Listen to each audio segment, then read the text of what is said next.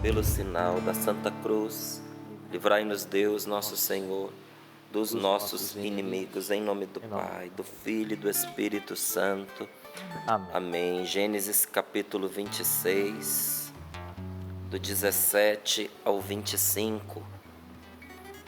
Vai encontrando aí na sua Bíblia, você que chegou agora.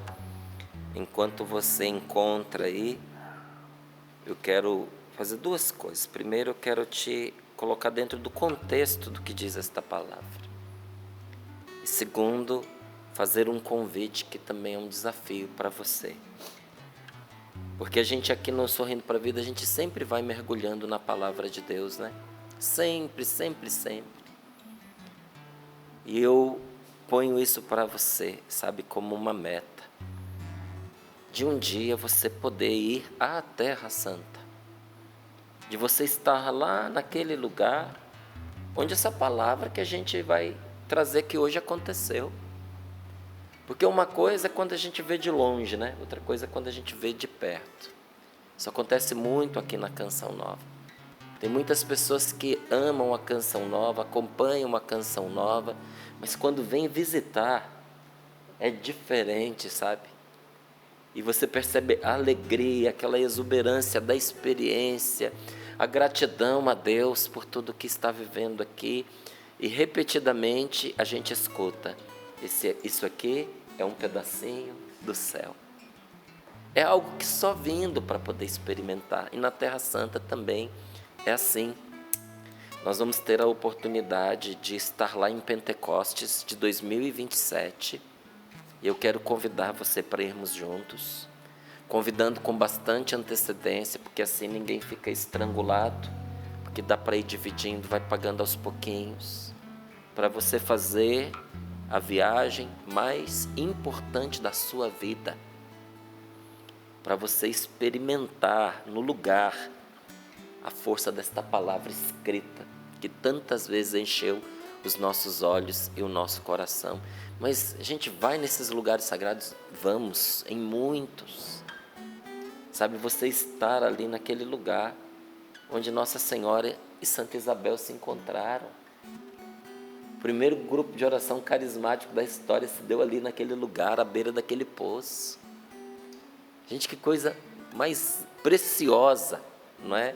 Você estar no lugar onde Nossa Senhora recebeu o anúncio do anjo, o local onde Nosso Senhor nasceu, o local onde o Espírito Santo foi derramado. Por isso é uma grande graça em Pentecostes nós estarmos no lugar onde aconteceu o Pentecostes e ali clamarmos por um derramamento do Espírito Santo e tantas outras coisas que eu poderia dizer aqui para você, mas que você terá a oportunidade de ver.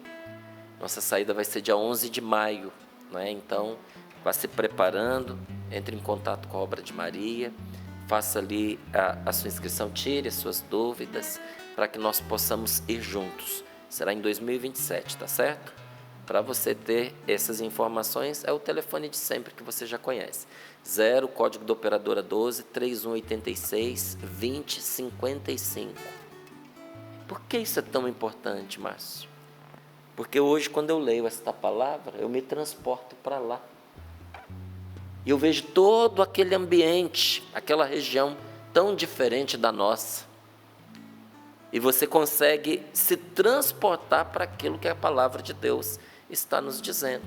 Não é? Eu disse para você que eu quero te inserir nesse contexto antes de nós lermos esta passagem, porque o que aconteceu ali naquela região, que vai dar para a gente entender o que está escrito ali. Se abateu naquela região uma grande fome, uma fome daquelas pesadas. E Isaac, que era um homem de oração, ouvindo o Senhor disse a ele que não fosse para o Egito, mas que se deixasse conduzir por Deus. Olha só, numa situação concreta de penúria, de fome inclusive, o lugar mais abastado era o Egito. Egito era a grande potência daquela época. Se alguém poderia oferecer abrigo, cuidados, alimentos, era o Egito. Mas a lógica de Deus nem sempre bate com a lógica humana. Para o Senhor ter intervindo, é porque Isaac já estava determinado a descer para o Egito. E o Senhor lhe disse: não, mas vai para o lugar que eu vou te mostrar. E você não vai se estabelecer. Você vai ficar migrando. Você vai ser um nômade. Você vai percorrer essas terras. E toda esta terra que você percorrer será dada a você, será dada aos seus filhos, em cumprimento da promessa que eu fiz ao seu pai, Abraão. Isaac obedeceu. Mas chegando ali naquela região, não era uma região desabitada, essa região tinha rei, era Abimeleque, não é? Isaac era um estrangeiro, não era tanta, a população não era grande como é na nossa época agora. Um estrangeiro ali naquela terra era facilmente percebido. E Isaac estava procurando ali se estabelecer e tinha um problema muito sério. A esposa de Isaac era muito bonita, a Rebeca. Por onde ele passava, chamava muita atenção. E os homens se aproximavam dele por causa da mulher dele. E aí, Isaac sabia que se ele assumisse a esposa, seria a morte dele, que eles iam matá-lo para ficar com a esposa dele. Então, por onde Isaac passava, dizia: é minha irmã. Então, assim, não tinha por que matá-lo, porque ele não era um obstáculo para eles assediarem aquela mulher. E muitas vezes até o agradavam, para ver se conseguiam ter acesso a ela. Só que nessa permanência dele ali naquela região, aconteceu que Abimeleque tomou conhecimento do que estava acontecendo. E alguém viu Isaac namorando a Rebeca, tocando-a como um homem toca a sua esposa. Abimeleque mandou chamar Isaac e disse: o que foi que você fez conosco? Olha só, isso é muito importante, sabe? Para a gente entender a gravidade de um adultério e de se envolver com a esposa alheia. Abimeleque não era judeu. Abimeleque não acreditava na palavra de Deus. E Abimeleque chamou Isaac e disse assim, olha no versículo 10. Por que nos fizestes isso? Faltou pouco para que alguém de nossa gente dormisse com a tua mulher, e assim terias atraído sobre nós uma culpa. Na tradução da Bíblia Ave Maria, teria atraído o pecado sobre nós. Eles eram os filisteus. A ascendência de Abimeleque era dos filisteus, povo inimigo do povo judeu. Mas eles tinham para si que tomar a mulher de um outro homem, atrair uma verdadeira maldição, não somente sobre quem o fez, mas sobre o povo, sobre aquela nação, sobre aquela gente. E aí, diante desta palavra, a gente compreende por que tantas vezes nós vivemos numa sociedade experiências tão pesadas, tão carregadas, tão penosas e às vezes até malditas. Porque longe do temor de Deus, o povo vai acumulando pecado sobre pecado. Mais uma vez que Abimeleque perguntou isso para Isaac, Isaac respondeu: eu disse isso porque eu temia que justamente querendo para si a minha mulher, algum de vocês me matasse. E aí Abimeleque mandou publicar uma ordem e uma declaração que qualquer um que pusesse a mão naquele homem ou naquela mulher seria passível de morte, ia morrer quem os tocasse. Então Isaac teve paz para trabalhar, e a mão do Senhor estava com ele, porque ele era um homem obediente a Deus. Quando nós obedecemos a Deus, a mão do Senhor está conosco em tudo aquilo que nós fazemos.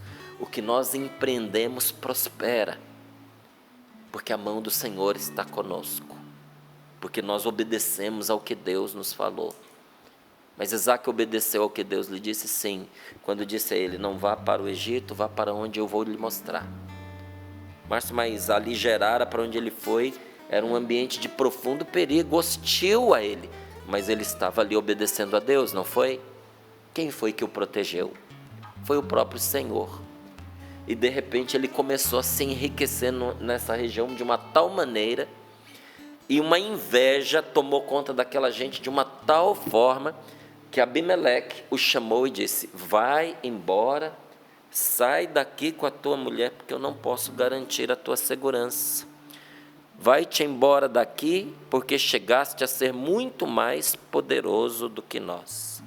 E qual era o motivo? Isaac fez naquela terra uma semeadura e colheu naquele ano 100 vezes mais o que semeou, pois o Senhor o abençoou.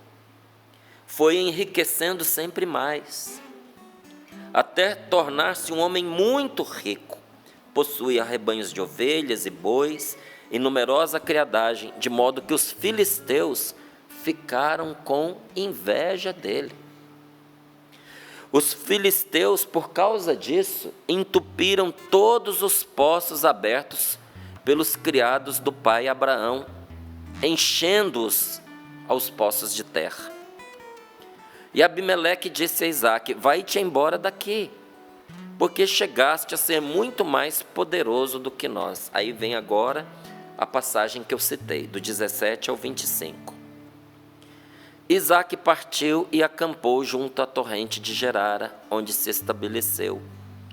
Reabriu os poços cavados no tempo do pai Abraão e entupidos pelos filisteus, depois da morte de Abraão, dando-lhes os mesmos nomes que seu pai lhes havia dado. Os criados de Isaac cavaram um poço junto à torrente e descobriram um veio d'água. Mas os pastores de Gerara, daquela cidade de onde ele saiu, os pastores de Gerara começaram a discutir com os de Isaac, afirmando que a água era deles. Então, onde ele era rico, ele precisou sair dali. Foi para o deserto, cavou seus poços. E lá no deserto, o povo daquela cidade foi perturbar, foi lá encher o saco. O poço recebeu o nome de Ezeque, que significa desafio. Por causa do quê? Porque desafio no sentido de que um desafiou o outro, que ele foi desafiado, que ele foi confrontado. Não é um desafio a vencer. Ali ele foi desafiado, não é? Porque recebeu o nome de desafio por causa da contenda que suscitou. Suscitou uma briga aquele poço.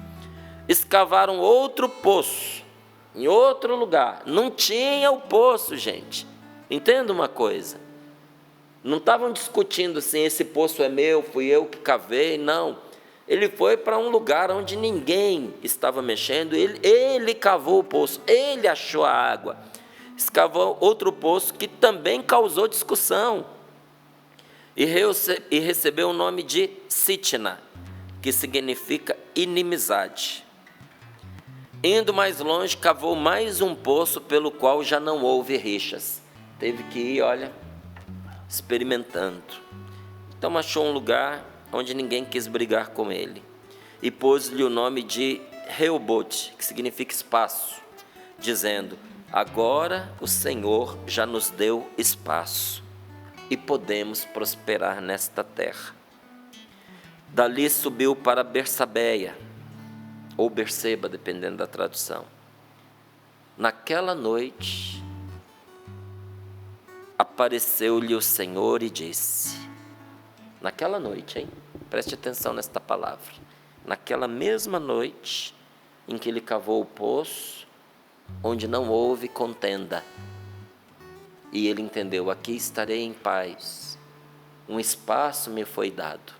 Quando ele encontrou este lugar, e muito mais do que o lugar, quando ele encontrou esta condição, naquela mesma noite, o Senhor lhe apareceu e disse, Eu sou o Deus de teu pai Abraão. Nada temas, pois eu estou contigo. Eu te abençoarei e multiplicarei tua descendência por causa do meu servo Abraão. Ergueu ali um altar, invocou o nome do Senhor e armou o acampamento. Os criados de Isaque puseram-se a cavar ali um poço. Palavra do Senhor. Graças a Deus. Graças a Deus. Preste atenção numa coisa muito importante nesta palavra. Por isso que eu sempre insisto que nós precisamos aprender a ler a palavra de Deus. Porque a palavra de Deus nos fala no óbvio, mas a palavra de Deus também nos fala nas entrelinhas. E hoje é um dia que a palavra de Deus vai nos falar nas entrelinhas. Preste muita atenção em uma coisa que a maioria das pessoas passa batido por ela aqui. Deus apareceu a Isaque naquela mesma noite, a noite em que ele foi para Bersabeia, a noite em que ele foi para Berseba.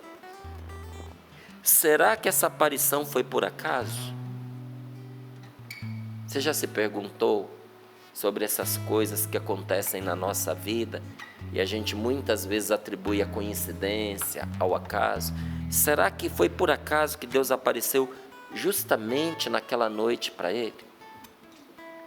Será que foi tudo uma coincidência? O Senhor poderia ter se manifestado a Isaque, ter aparecido para ele, poderia ter se dado esse encontro com Isaque em um outro momento. Você já se fez essa pergunta? Engana-se quem pensa que sim. Engane-se. Nossa, Márcio, será que isso não é muito duro? Não, eu vou te dar um outro exemplo que vai ajudar você a entender. Para que você que está me escutando agora, para que você nascesse, você e não outra pessoa, foi preciso aquele homem para ser seu pai, aquela mulher para ser sua mãe, aquele dia em que aconteceu o encontro entre os dois e as circunstâncias que o envolveram. Se fosse um outro homem, teria nascido uma outra pessoa, não teria nascido você. Ah, mas talvez tivesse sido eu num outro corpo, né, diferente, porque a contribuição genética teria sido outro. Não, filho, não teria sido você num outro corpo. Seria uma outra pessoa. Uma outra pessoa. Quando você perguntar assim, por que esse homem foi ser o meu pai? Porque se fosse um outro pai, você não teria vindo à existência. Desse homem que talvez você não compreenda, não ame e até despreze, Deus tirou você. Esse homem foi a possibilidade de você vir a esse mundo e existir. E eu sei que muita gente nasceu de um episódio dramático de envolvimento íntimo, sexual, e aí a pessoa até acha que aquilo foi uma grande desgraça. E realmente foi. Um estupro é uma desgraça. É uma tristeza, uma coisa abominável, indevida, que nunca deveria acontecer. Nenhum homem tem o direito de violar uma mulher, nenhum homem tem o direito de violar uma criança, um outro homem, não tem direito. Então isso é uma coisa absurda, abominável, triste, mas por vezes, do lodo, Deus faz brotar um lírio. Deus tira um bem das situações mais terríveis que podem acontecer. E talvez daquela situação dramática que a sua mãe teve que enfrentar, o grande bem que Deus tirou foi você. Foi você. Se fosse uma outra mulher para ser a sua mãe, não seria você que teria nascido. Teria sido uma outra pessoa. Sabe? Alguns dizem, mas podia ter esperado, né, para a gente, para terem um filho, porque eles tiveram um filho numa situação tão delicada, com tantas limitações, financeiramente desequilibrados, a gente passou tanta necessidade. Pois é, se eles tivessem esperado, teria sido outra pessoa, não teria sido você. Porque para ser você tinha que ser naquele dia, tinha que ser naquela hora. Você pode perguntar para qualquer médico, entende? Qualquer médico. Um óvulo tem um tempo de duração, depois o corpo expele. Você é o resultado, primeiramente, do amor de Deus. Deus te quis, antes que seus pais te quisessem. Mas para você acontecer, precisou aquele óvulo e não outro. Aquele óvulo que seria expelido se não fosse fecundado naquela época. Se fosse um outro espermatozoide, sinto muito, amigo. Sinto muito, querida, não seria você. Seria uma outra pessoa. Você está entendendo que certas coisas não são coincidência, não. Uma mudança e seria tudo diferente.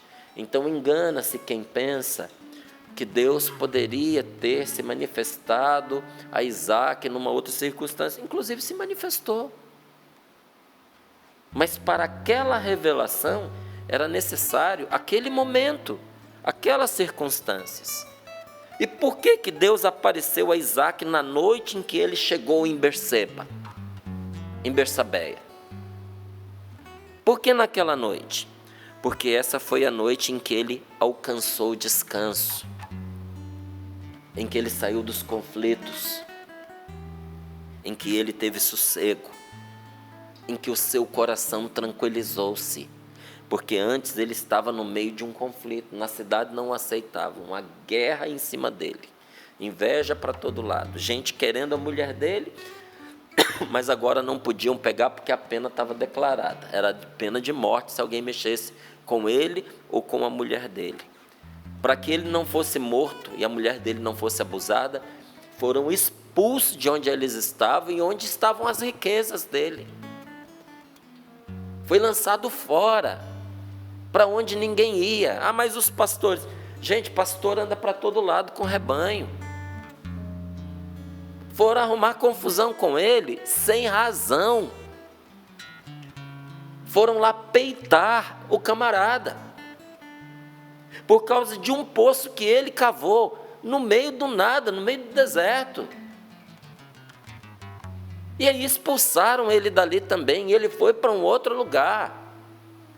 E o conflito foi pior, porque se num ele foi confrontado, no outro negócio virou inimizade. O poço recebeu o nome de Poço da Inimizade. Olha como a coisa vai acontecendo.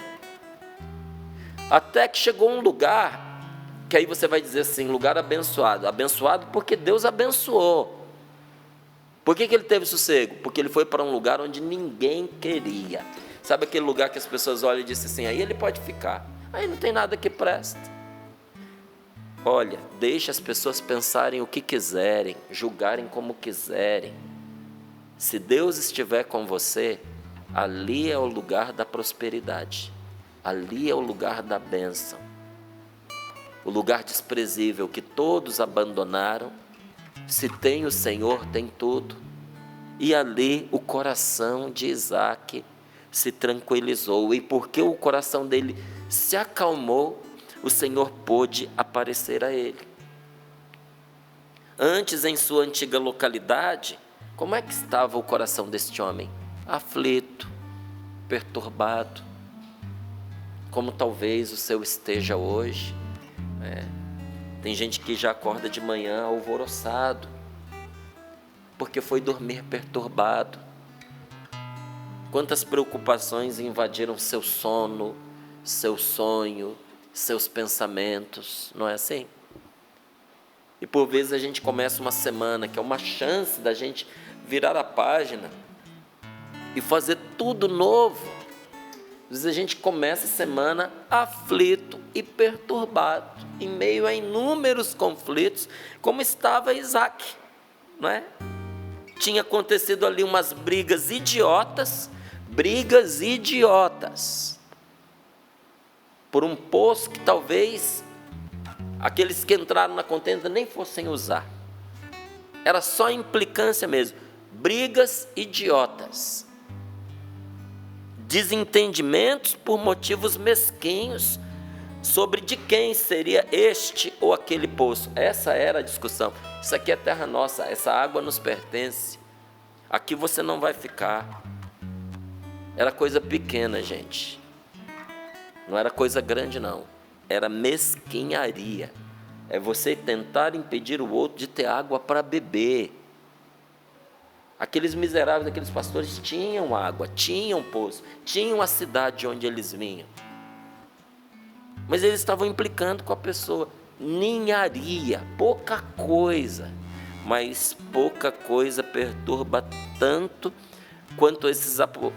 Olha, pouca coisa na vida tira tanto a nossa paz quanto esses aborrecimentos por causa de ninharias. Você já viu como a gente se desgasta demais, mais do que pelas coisas grandes?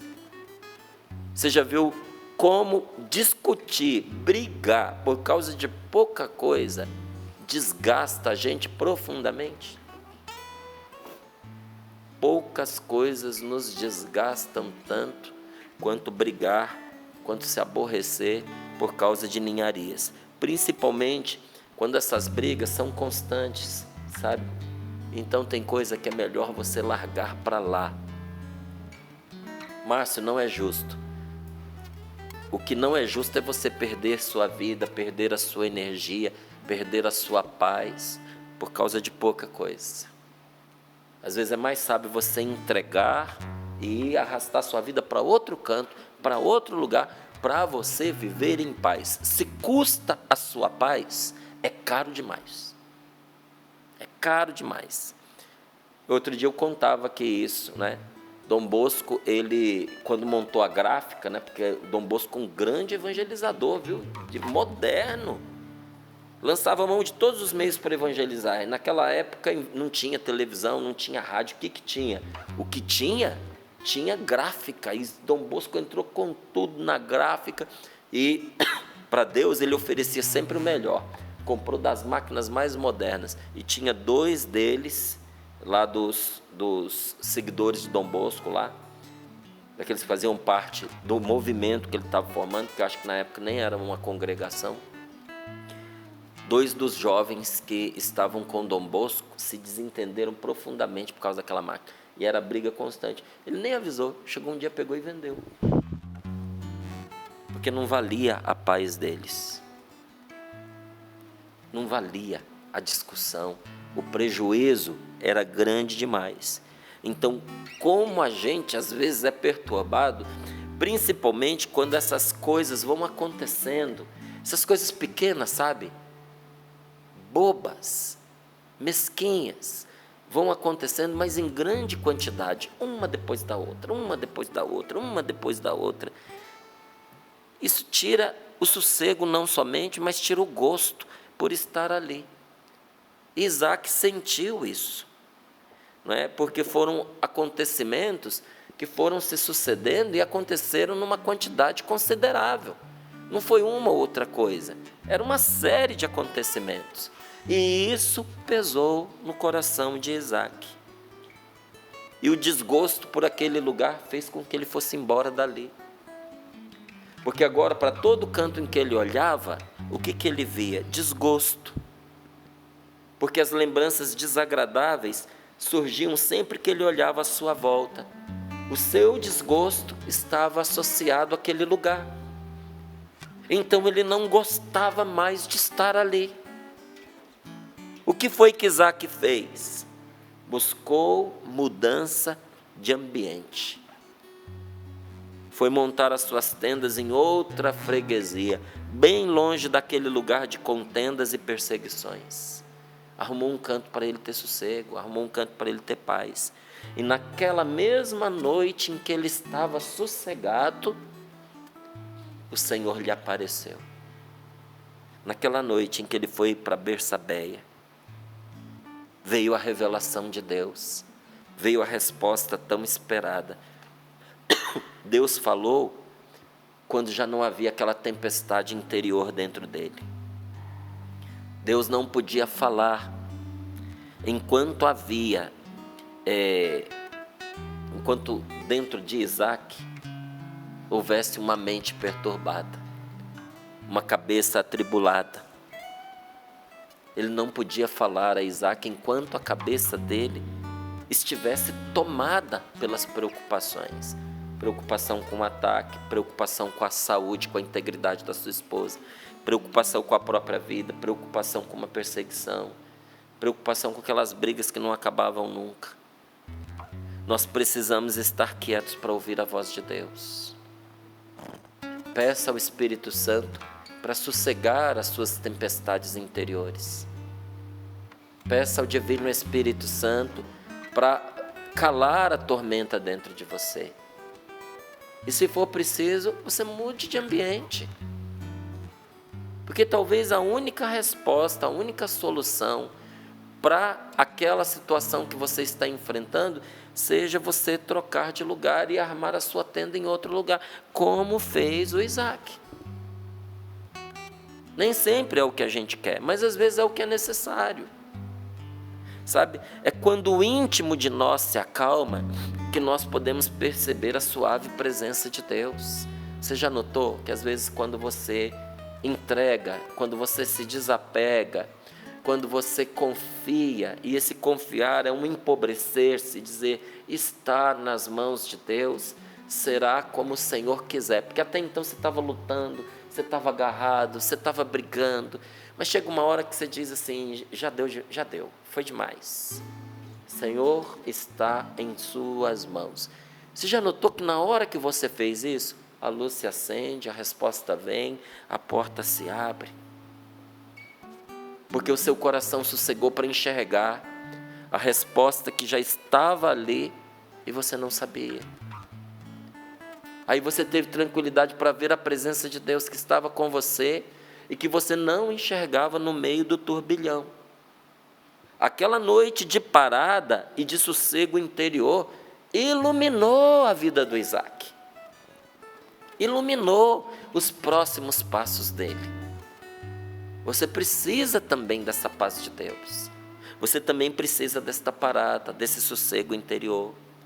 Por isso que o Salmo 46, lá no versículo 10, ele vai dizer, aquietai-vos e sabei que eu sou Deus. Para saber que Deus é, a gente precisa aquietar o coração. Aquietai-vos e sabei que eu sou Deus. E não foi assim que o Senhor se apresentou aqui para o Isaac? Eu sou o Deus de Abraão, eu sou o Deus do seu pai, eu vou cumprir a promessa que eu fiz. Eu sou. Só que na língua hebraica e no aramaico, não tem, é que nem o verbo to be em inglês. O verbo to be em inglês é o verbo ser e estar. Em português a gente tem ele diferente, não é?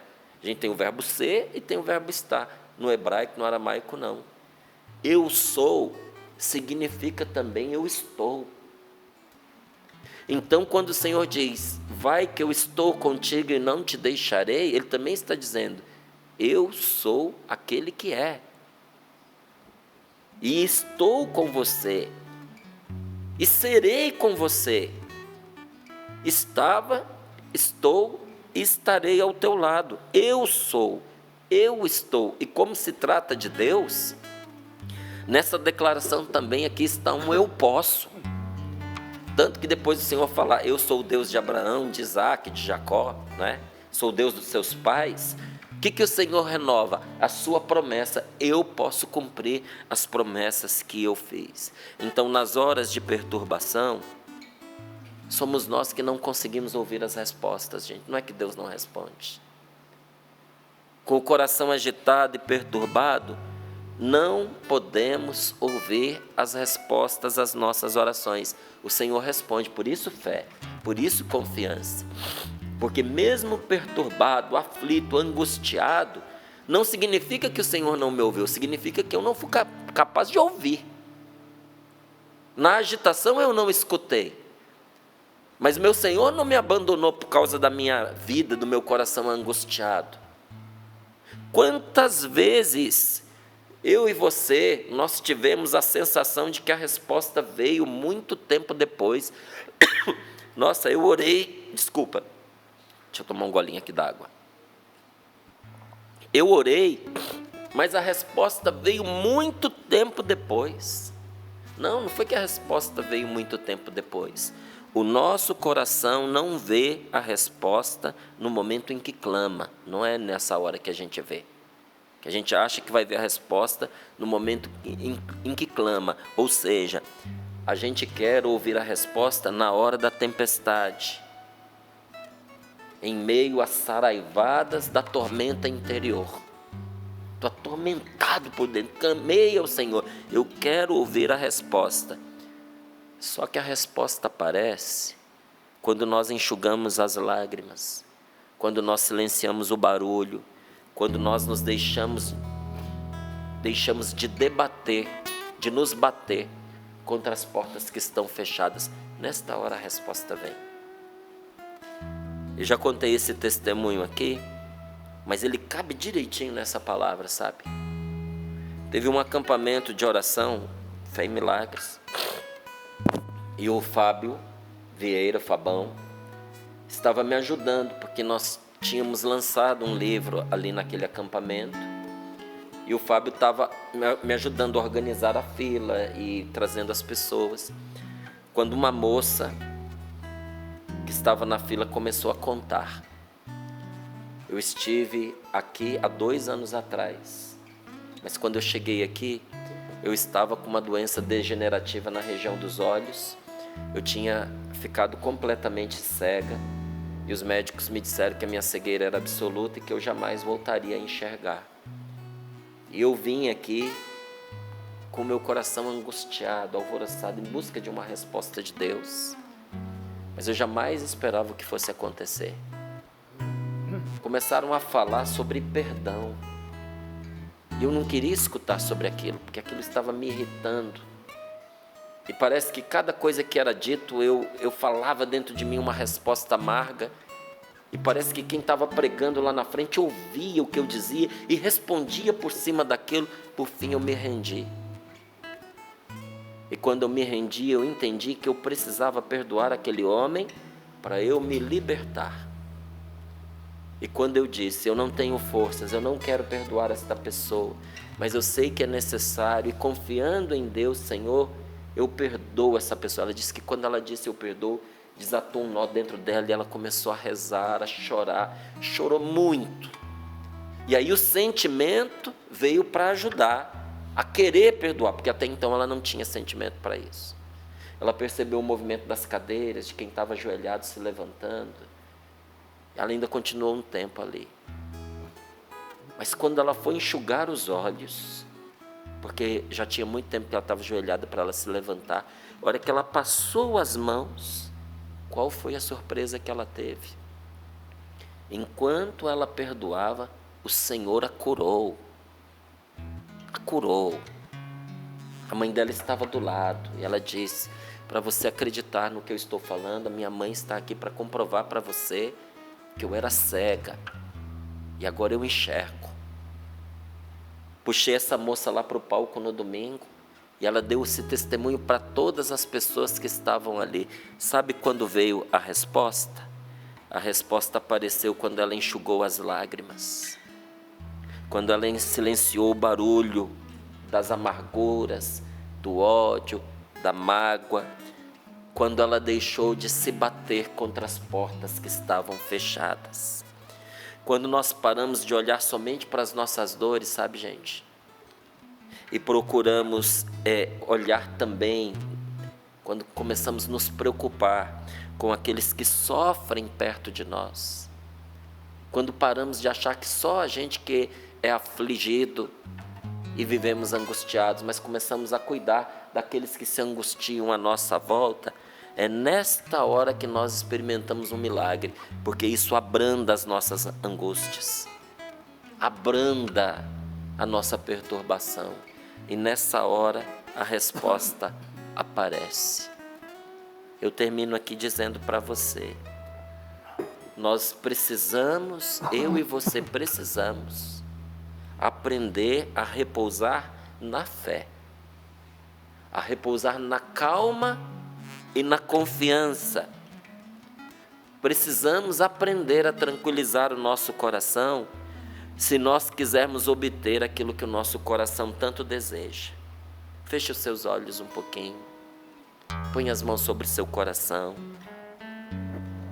Deixemos de tantas preocupações pessoais, cuidando da dor dos outros, nós vamos esquecendo as nossas próprias dores.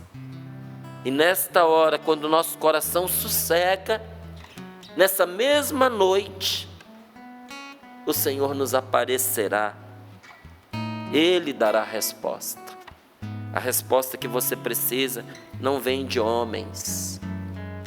A resposta que você precisa, aquela que cala o coração, vem de Deus. Abaixa o burburinho, os barulhos, pela confiança em Deus. Vamos começar essa semana confiando no Senhor de todo o nosso coração, porque o Senhor nos aparecerá, e o Senhor nos falará, e o Senhor nos dará resposta.